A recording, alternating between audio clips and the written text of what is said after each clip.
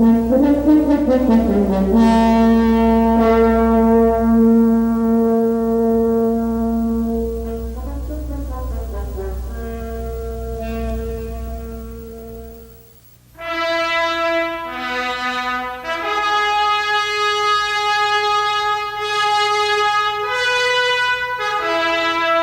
American P-51 Mustang.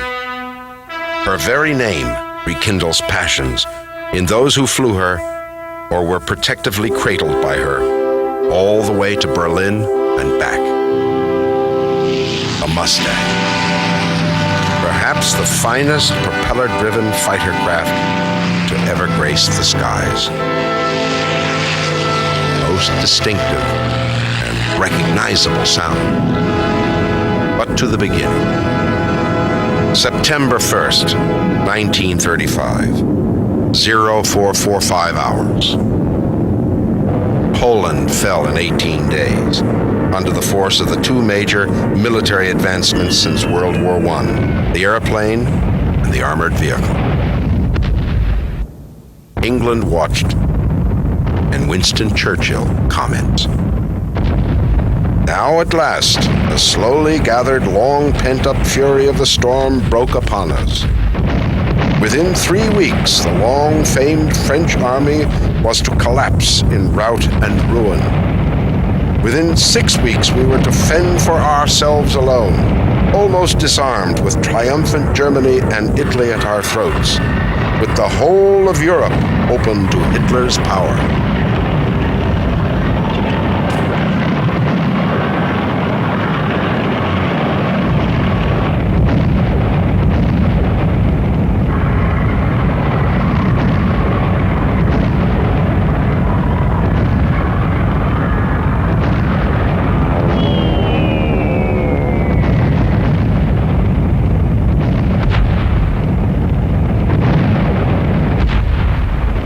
Knowing her own industry could not meet the equipment expansion required by an impending war, as early as 1938, the British Air Ministry visited aircraft companies in the United States to find a suitable fighter and have it manufactured for export to Britain. They chose the Curtiss P-40, and in ordering 200 advanced trainers from North American Aviation, they also asked Dutch Kindleberger if North American would produce the P-40 under license from Curtiss. Kindleberger rejected their request and suggested instead that North American produce a new fighter of their own design. 48 hours later, Kindleberger produced preliminary designs for this fighter, and on the 29th of May, 1940, he signed a contract with the British for 320 NA-73s at a cost of $47,000 each. The contract stated that the NA-73 must be ready for flight testing within 8 months. An internal memo set the time to be the same as if they were to tool up to produce the P-40. That time was 120 days. The chief designer was Edgar Schmude, a Bavarian-born engineer who migrated to the United States in 1930, being a part of the original Willy Messerschmitt design group. The design team for the NA-73 was headed by Raymond Rice. Fuselage was ready for the engine within 120 days. But North American could not obtain the Allison V1710 engine. This 1,150 horsepower engine was being installed in the Lockheed P-38 Lightning, the Curtiss P-40, and the Bell 39 Air Cobra. U.S. Army Air Corps had committed to supply the power plant, but on an as-available basis. Finally, on the 7th of October, the Allison engine was delivered and installed in one day. The 26th of October, 1940. Almost 5 months to the day from the time the rough sketches were submitted to the British that the first NA-73X rolled out onto the runway at Mines Field, California. She would be known to the British as the Mustang 1. In Europe, the Battle of France was over.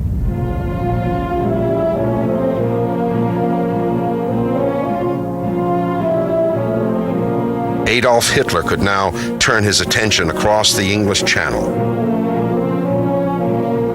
The Battle of Britain was to begin.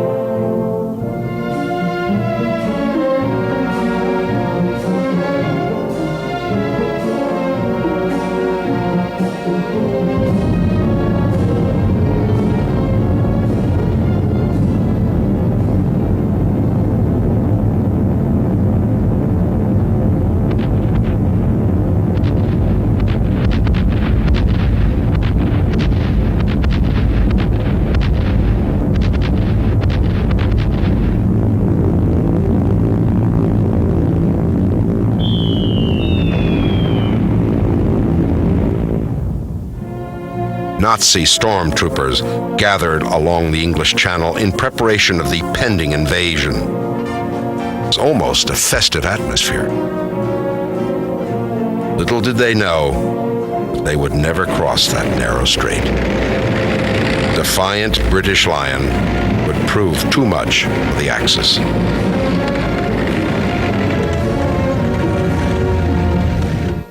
We shall defend our island, whatever the cost may be. We shall fight on beaches, landing grounds, in fields, in streets, and on the hills. We shall never surrender.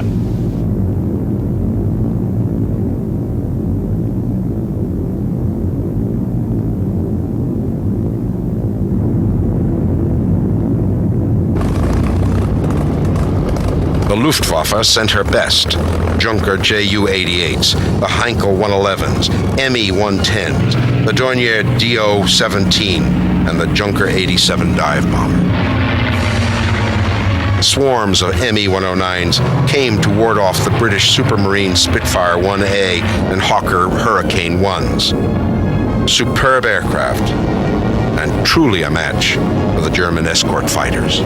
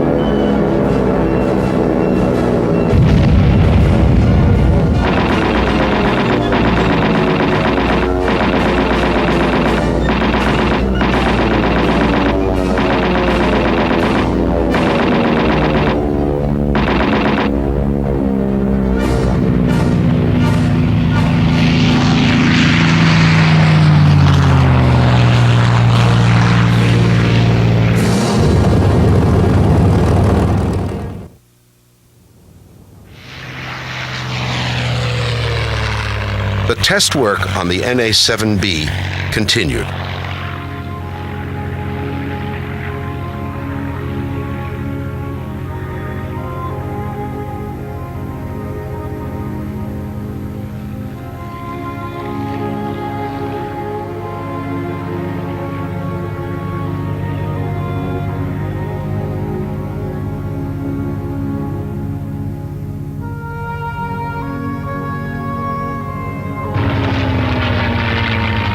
Flight characteristics were excellent. The British were so impressed with the 25-mile-per-hour increase in airspeed over the Curtiss P-40 and the ease of handling that they placed an order for 300 more.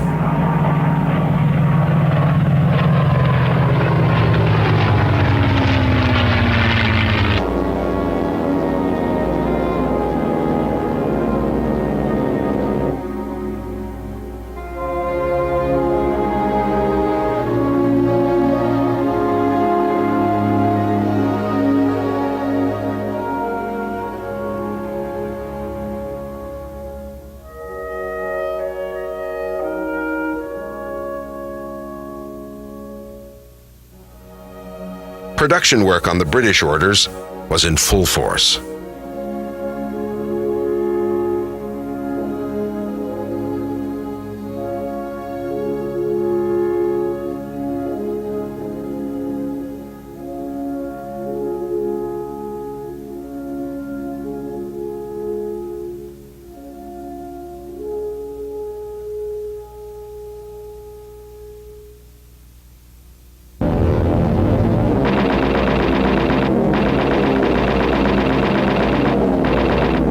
This was at the height of the Battle of Britain.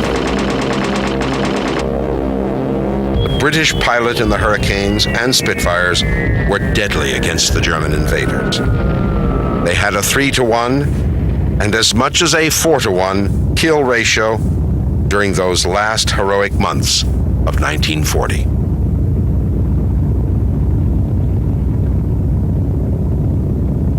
Sunday night, December 19th, 1940. A massive incendiary raid was carried out against the city of London.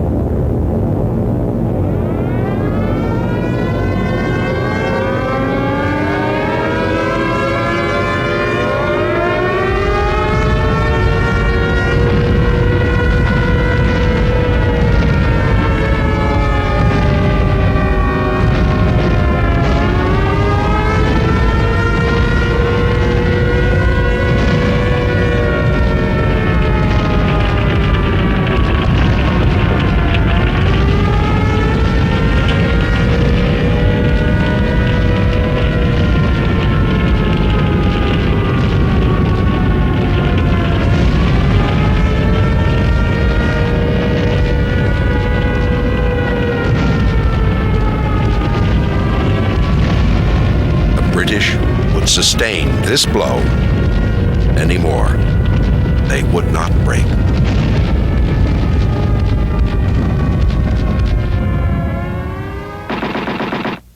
.20mm cannons were to be put into the new British order of NA-83s, now called P-51NA by the U.S. government.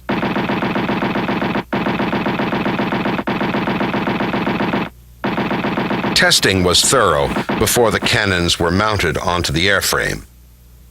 Delivery of the Mustang I began in the spring of 1941. The Air Corps took little notice of this new fighter as they were not yet at war. P-51 Mustang, officially a U.S. fighter, was now leased to the British under the Lend-Lease program, retaining America's neutrality.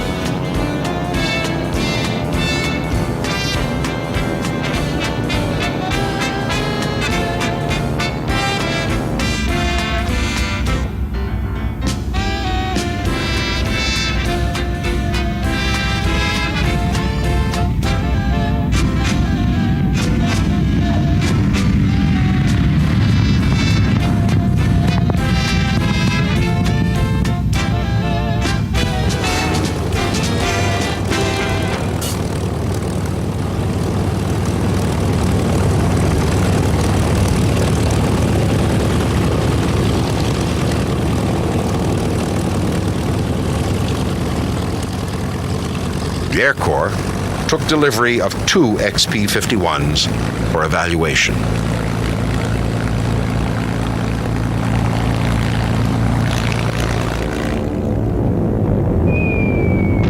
December 7th, 1941. America is now at war.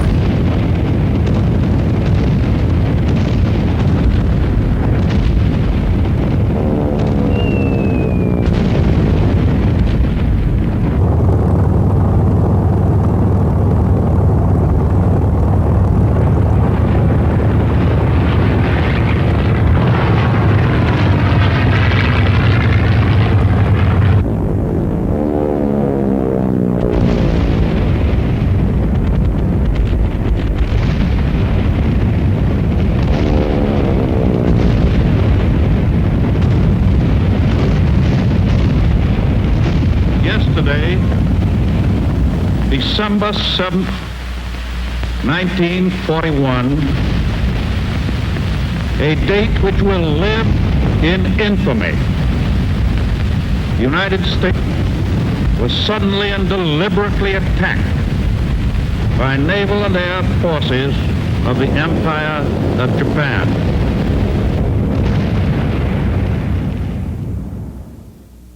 Now, the Air Corps had a need for this fighter. The Mustang was underpowered with the Allison engine, and her best performance was under 10,000 feet. The A-36A dive bomber was created. Her first service was in North Africa.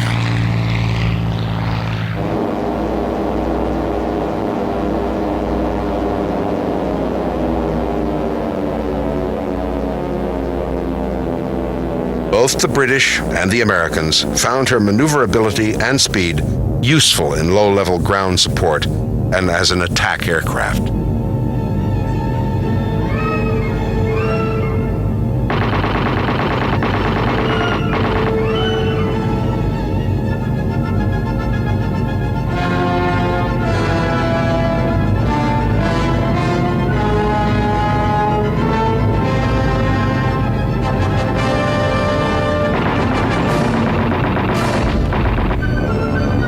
Along with the P-47 Thunderbolt and the P-38 Lightning, the A-36 Invader pounded ground targets in both Europe and Asia.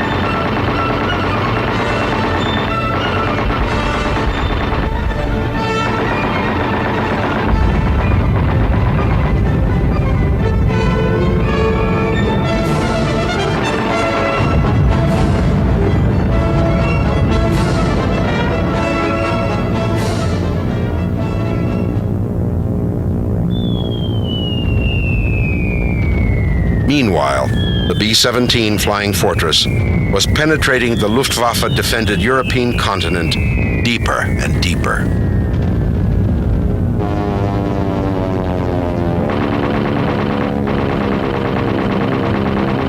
The limited range of the high-altitude fighters could only accompany the bomber groups for 150 miles from their air bases with battle time and reserve fuel. This left the B-17s totally vulnerable to German fighters for a considerable part of the trip. Losses were very high. Many didn't make it.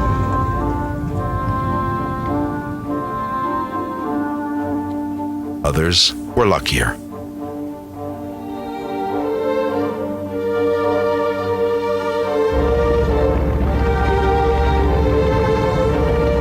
A long-range, high-altitude fighter was desperately needed.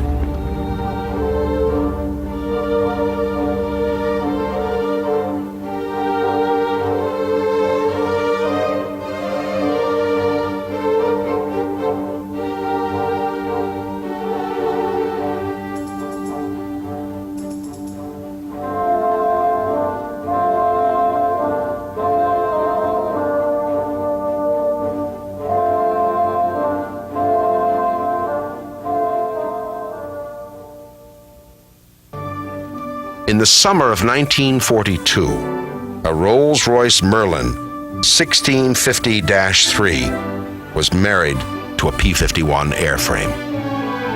This was the birth of the P-51B, the new form of Mustang that was to change the air war over Europe.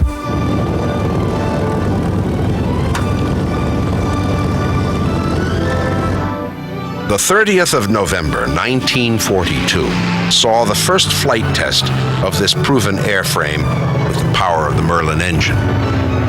With her multi-stage blower on the 1,380 horsepower inline power plant, the P-51 Mustang could now stay with any fighter at any altitude, all the way to 26,000 feet.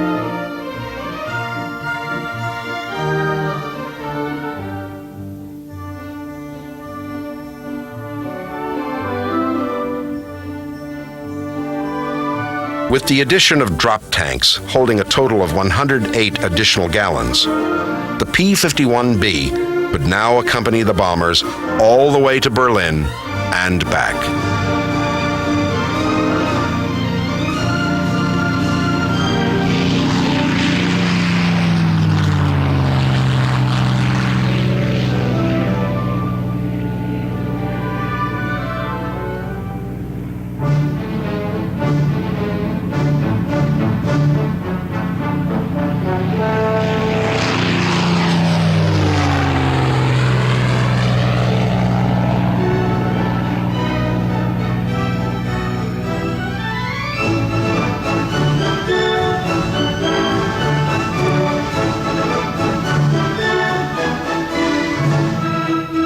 Visibility was now a major concern for pilots.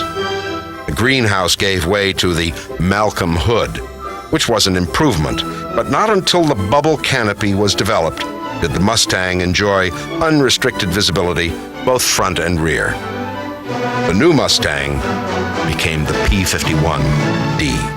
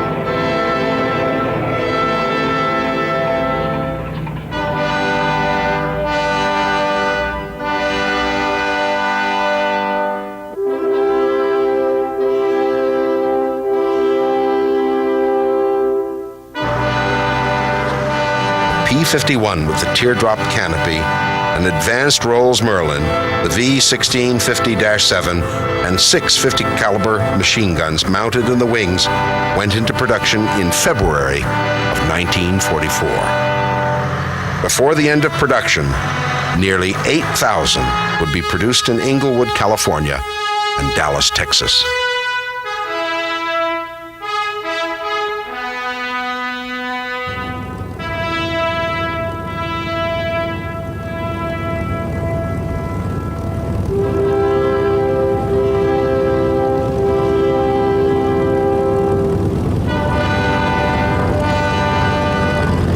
Legend of the P-51 Mustang was about to be built. She was to fulfill her mission.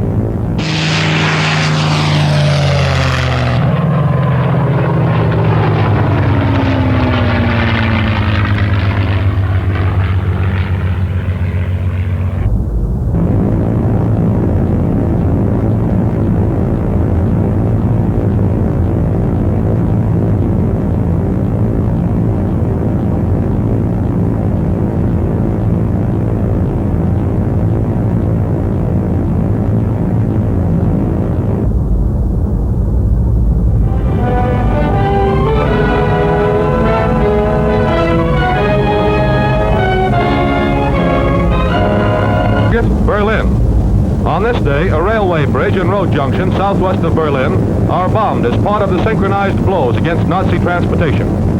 Berlin itself had for days been under constant attack, with night-flying British mosquitoes following 8th Air Force heavies in round-the-clock battering of the Nazi capital. Target, Lüneburg, in the heavily industrialized Elbe River area. Lüneburg has extensive facilities for locomotive and freight car repair. Workshops, marshalling yards, and warehouses were wrecked. 3 bridges in the area received at least 1 direct hit each. Target, a rail choke point at Ludwig Lust. The bomb run was made perpendicular to the target. Direct hits ripped up rails, destroyed equipment, and a choke point was smashed. Target, Ilsen. One of the heaviest of the raids was against the industrial town and ordnance center at Ilsen, north of Brunswick. At least 325 bursts could be seen on the rail lines and on installations in the marshalling yards, causing extreme damage throughout the southern half of the area. At raid's end, at least 4 intense fires could be seen. Allied bombs were crippling fascist Germany, methodically and thoroughly, as advancing Allied armies narrowed the Nazi sphere in Europe. The 6,600 tons of bombs dropped during this day's offensive against Nazi rail targets were only a fraction of what would follow, as the air forces continued to paralyze the enemy's ability to move in a violent prelude to paralyzing his will and his ability to fight.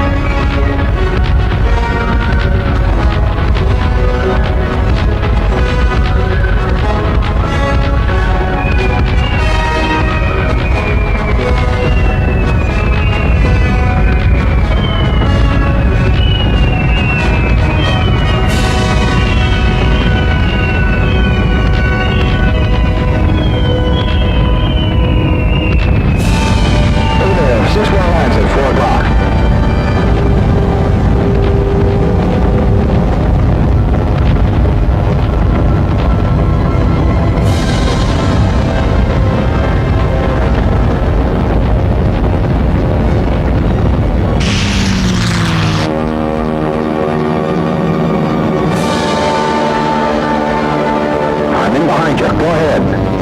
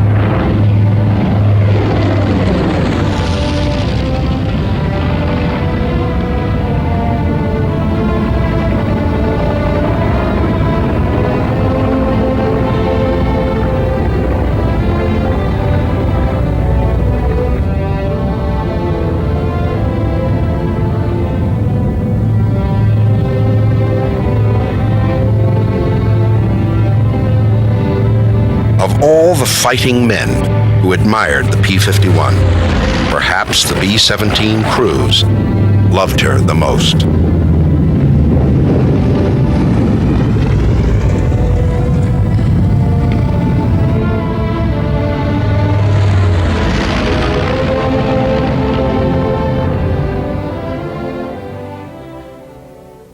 Mustang fame was not limited to ground support and bomber escort.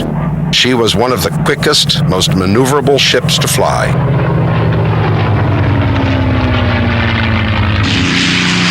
The 51 was known for her ability to destroy the German jet, the Me-262. As long as she could pounce from a high advantage, the 262 would fall to the Mustang's tighter turns and quicker acceleration.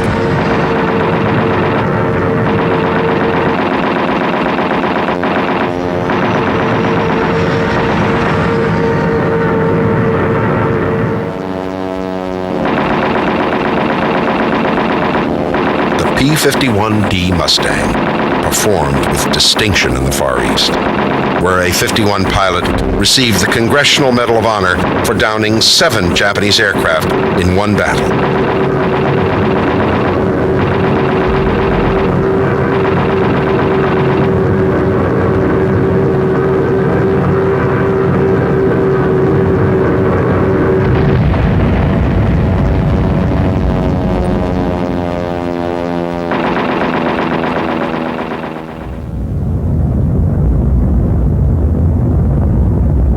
She escorted the B-29 Superforts from Iwo Jima to the Japanese mainland and returned with 21 kills.